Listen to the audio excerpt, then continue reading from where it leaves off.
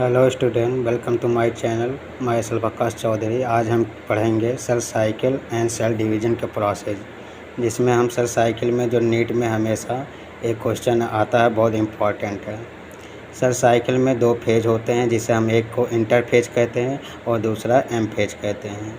जो inter phase में होती हैं उसमें 3 स्टेज होता है, जिसे हम G1 और S और G2 में बांटते हैं। और दूसरा जो हमारा होता है एम फेज में भी 2 फेज होते हैं, जो पहला फेज कैरियोकाइनेसिस और दूसरा साइटोकाइनेसिस होता है। इसमें कैरियोकाइनेसिस में भी इनको हम डिवाइड करते हैं, इसमें 4 फेज होता है, जिसको हम PMAT के नाम से जानते हैं: prophase, metaphase, anaphase and telophase. तो हम और जानते हैं इसमें G1 में, S1 में, G2 क्या क्या इसमें कैसे कैसे सेल डिवाइड करता है। और हमारा एक स्टेज जो होता है G0 फेज होता है, उसमें हमारा सेल क्या होता है, इनएक्टिव स्टेज में पाया जाता है और उसको हम दूसरे नाम से क्यूसेंट स्टेज से जानते हैं। तो हम G1 फेज हमारा वह फेज होता है जिसमें ये मेटाबॉलिकली एक्टिव होती है, बट ये क्या होती है, इसमें कोई रेप्लिकेशन नहीं होता है। इसमें रेप्लिकेशन होने के लिए अभी DNA क्या कर रही है, रेप्लिकेशन का शुरुआत होने के लिए कर रही है। इंटरवल बिटवीन किसके, माइटोसिस के होते हैं।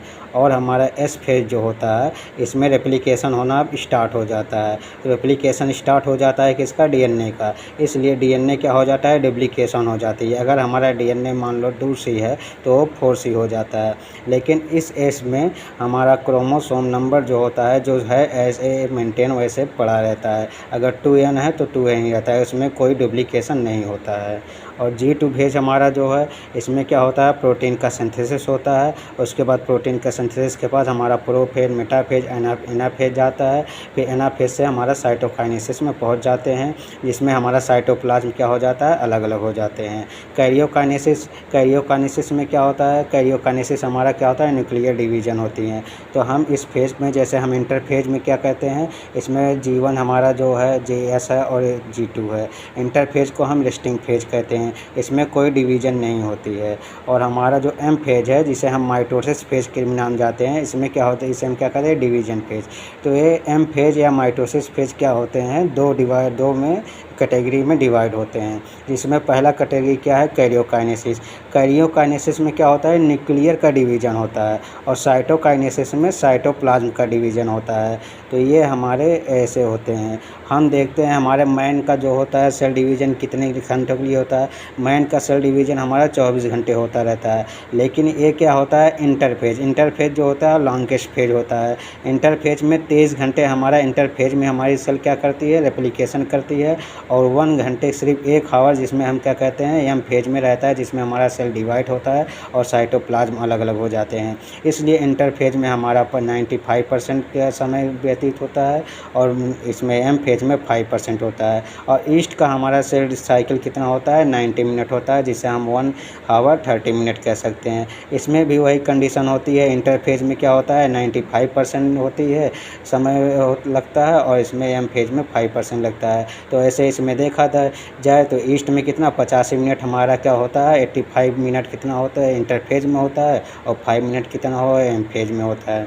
तो हम अब पढ़ते हैं आगे इसका डिवीज़न कैसे होता है। तो सेल का डिवीज़न कैसे होता है, मान लो हमारा एक सेल है, तो सेल हमारा क्या हो रहा है, अभी डिवीज़न होने के लिए स्टार्ट होगा, इनिशिएशन। तो इंटरफेज में हमारा जाएगा, पहला हमारा क्या होता है, इंटरफेज। इंटरफेज में पहले क्या जाएगा, G1 में जाएगा, जिसमें DNA का क्या रेप्लिकेशन होने के लिए स्टार्ट हो जाएगा। फिर S2 में क्या होता है, फिर S में पहुंच जाएगा। S में क्या होता है, DNA का रेप्लिकेशन होता है। फिर G2 में पहुंच जाता है। फिर इसके बाद हमारा नेक्स्ट स्टेज में आ जाता है, जिसे हम कहते हैं कैरियोकाइनेसिस। कैरियोकाइनेसिस में अभी 4 स्टेप है। तो कैरियोकाइनेसिस में क्या हो रहा है, हमारा साइटोप्लाज्म क्या हो रही है, अभी बड़ी हो रही है। इसमें हमारा क्या है, एक ही न्यूक्लियर इसमें है। तो अभी इससे पहले हमारा इंटरफेज के बाद फिर साइटोप्लाज्म क्या हो गया, बड़ा हो गया है, जिसमें उसका डबल हो गया है और न्यूक्लियर एक ही है। तो ये क्या करती है, कैरियोकाइनेसिस अभी 4 स्टेज से गुजर के हमारा न्यूक्लियर डिवीजन कर देती है, जो जिसमें 2 न्यूक्लियस बन जाते हैं। तो पहला हमारा क्या होता है, प्रोफेज होता है, फिर मेटाफेज होता है, फिर एनाफेज होता है, फिर टेलोफेज होता है। अब इन दो इसके बाद क्या हो जाता है, न्यूक्लियर डिवाइड हो जाता है। तो न्यूक्लियस कितने हो जाते हैं, 2 हो जाते हैं। 2 न्यूक्लियस हो जाते हैं तो अगला स्टेज में चले जाते हैं हम, जिसे कहते हैं साइटोकाइनेसिस। साइटोकाइनेसिस में अब क्या हो जाएगा, साइटोकाइनेसिस में दोनों न्यूक्लियस को हो जाएंगे अलग अलग करके अपना नया नया सेल बना लेंगे। तो ये हमारा क्या हो जाता है, न्यू सेल बन जाता आता है और एक दूसरा नया सेल बन जाता है। तो इस तरह से हमारा सेल का डिवीज़न का प्रोसेस होता है।